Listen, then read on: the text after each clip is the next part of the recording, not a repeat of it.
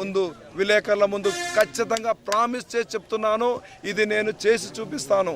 ఇది మాత్రం కాదు, ఇంతవరకు జరిగింది వేరు, ఇప్పుడు ఈ 20 రోజుల్లో జరగబోయేది వేరు.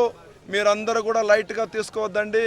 ఇప్పుడు ఎలా ఉత్సాహంగా వచ్చారో అదేవిధంగా 20 రోజులు కూడా కష్టపడి పనిచేసి ఈసారి జీడి నెల్లూరు గడ్డ పైన తెలుగుదేశం పార్టీ జెండా ఎగరేసి జీడి నెల్లూరును గెలిపించుకొని చంద్రబాబు నాయుడు గారికి ఈ జీడి నెల్లూరు ఎమ్మెల్యే సీట్ని కానుకగా ఇవ్వాలని చెప్పేసి ప్రతి ఒక్క తెలుగుదేశం కార్యకర్త, జనసేన కార్యకర్త, బీజేపీ కార్యకర్త అందరూ కలిసి ఉమ్మడిగా పనిచేయాలని చెప్పేసి ప్రతి ఒక్కరిని కూడా పేరు పేరున కోరుకుంటున్నాను.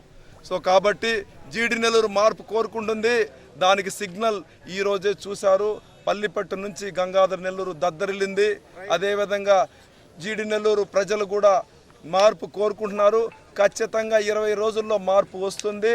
జూన్ 4వ తేదీ మన తెలుగుదేశం జెండా జీడి నెల్లూరు గడ్డ పైన ఎగరేయడం ఖాయమని చెప్తున్నాను. జై తెలుగుదేశం, జై జనసేన, జై బీజేపీ.